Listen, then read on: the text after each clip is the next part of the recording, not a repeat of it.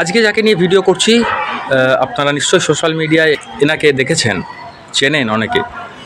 আগে ছিল হিরণময় দে, বর্তমান নাম সুচিত্রা দে। একজন কলকাতার ট্রান্সজেন্ডার মহিলা। সর্বস্তরের বাঙালি পুরুষ জাতিকে অপমান করেছেন। কি অপমান করেছেন? বাঙালি পুরুষ তার পছন্দ নয়। তার নাকি বাঙালি পুরুষ পছন্দ নয়। কারণ কি? কারণ বাঙালি পুরুষ নাকি দিতে পারে না। মানে বুঝতে পারছেন, দিতে পারে না। ওনার পছন্দ কি? ওনার পছন্দ হচ্ছে জাট, অর্থাৎ এই ইউপি এমপি এই সাইডের যে সমস্ত জাট থাকে, সেই সমস্ত দিল্লির যারা থাকে জাট, সেই জাট জাতি ওনার পছন্দ। এটা ওনার বক্তব্য। বাঙালি পুরুষ নাকি দিতে পারে না। তা বলছি, সুচিত্রা দে এই এত বাঙালি পুরুষের ঘরে যে সমস্ত মহিলারা সংসার করছেন, তারা ছেড়ে দিতে পারতেন তো, কারণ বাঙালি পুরুষ তো পারে না আপনার মতে।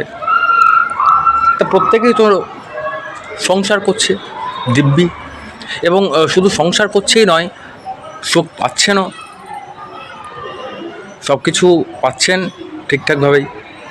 তাহলে আপনার কেন মনে হলো যে বাঙালি পুরুষরা দিতে পারে না? এটা তো আপনার বক্তব্য। এই যে বাঙালি পুরুষ জাতিকে অপমান করছেন আপনি, এর প্রতিবাদে আপনার নামে আইনি নোটিশ নিশ্চিতভাবেই যাবে। কারণ